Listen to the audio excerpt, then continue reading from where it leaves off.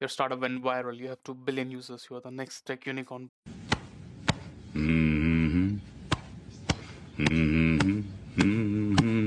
But there's a massive silent killer lurking in your backend. Hold it in. Why do you, Max? Why do you hold it in? That's it. Get Your master database is 50 terabytes. Your hard drive is full. Queries that took 10 milliseconds now take 10 seconds. Your database isn't just crying, it's dying. help! Help me! You can't just buy a bigger server. You have hit the physical limit of vertical scaling. You need to split the database apart. You need to shard. But the moment you do, you introduce the most complex routing problem in distributed systems. Are you sure about that? Yeah! Pick the wrong architecture and you'll take your entire tech unicorn offline. I build enterprise-grade native solutions for a living, and today I'm going to show you how the big players actually solve this. We are building sharding and consistent hashing. We have a 10 billion row database, which is like essentially 10 TB table. We have to slice it some way. So how will you go about it? We can either do vertical partitioning or we can do horizontal partitioning. So what to do? Let's go over them one by one. Vertical partitioning. We slice by columns.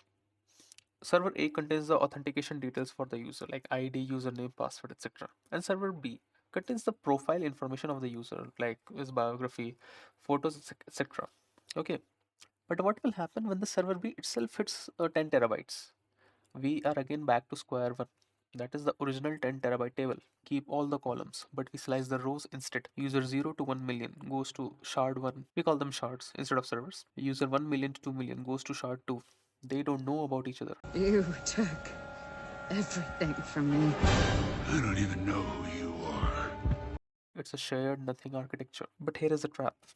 Say, when user 10,543 logs in, how does your backend know which server to ask? We need a routing algorithm. If you shard by geography, say United States users here, India users there, one server gets crushed with traffic while the other is empty.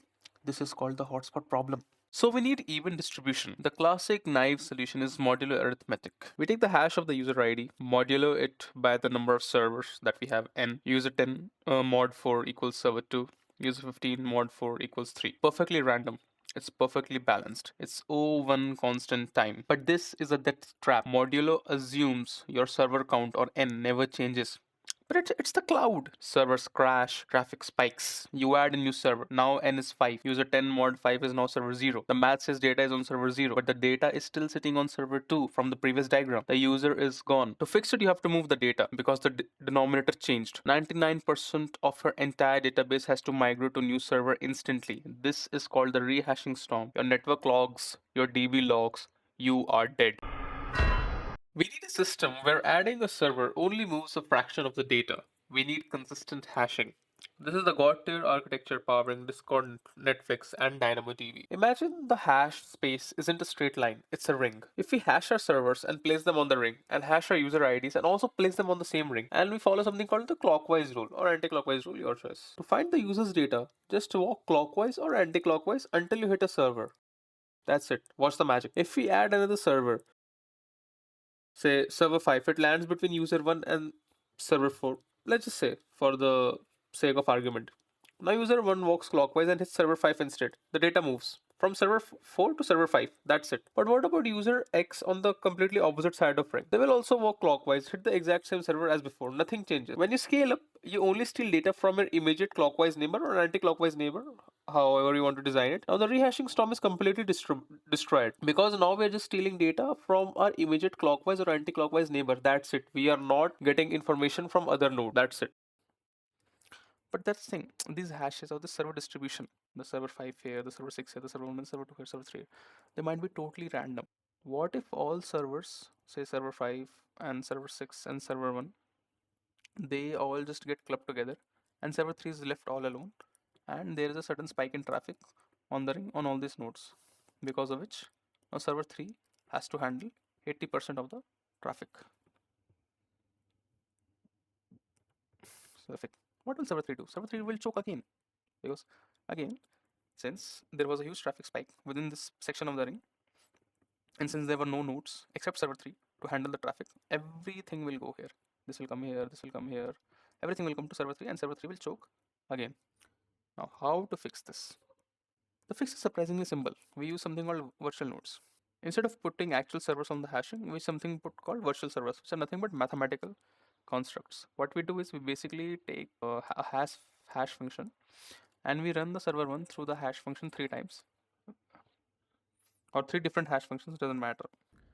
We can just take an output of a hash function, reinsert it into another hash function and get another output. This way we'll get 3 hashes.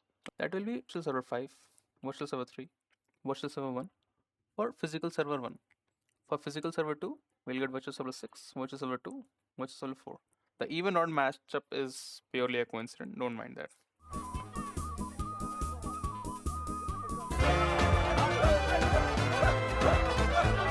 That's the thing.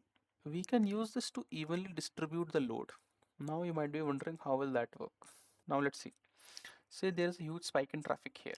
Okay, for virtual server 5, and we'll call this. So we just inserted 2 virtual servers, which will cause the traffic spike on virtual server 5 to go down, because virtual server 4.2 and 4.1 will start handling the traffic spike within that part of the ring. Now this also helps in case one part or one virtual server of the ring goes down. Now I will show you how that works. Physical server 1 failed. Physical server 1 went down, which had virtual node 1A and 1B. Okay, and which are having the data.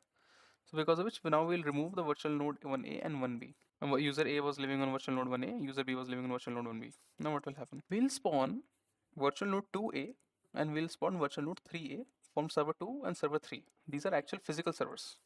And we'll cause automatic migration of the user B to virtual node 3A, user A to virtual node 2A, by just recreating 2 new virtual nodes for those users, because two virtual nodes from one physical server went down. We added another physical server called 4, and say we had virtual node 2A and virtual node 3A, like in the previous example that was handling the data. So what we'll do is we'll migrate 10% of the keys from this virtual node A to the virtual node 4A, and we'll also migrate 10% of the keys from virtual node 3A to virtual node. This is for another server being removed.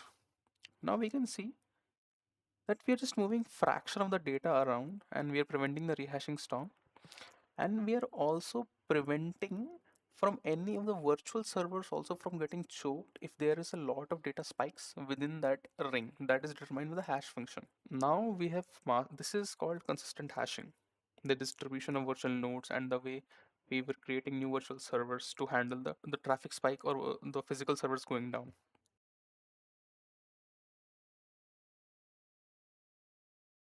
So now, what happens when a network wire gets cut?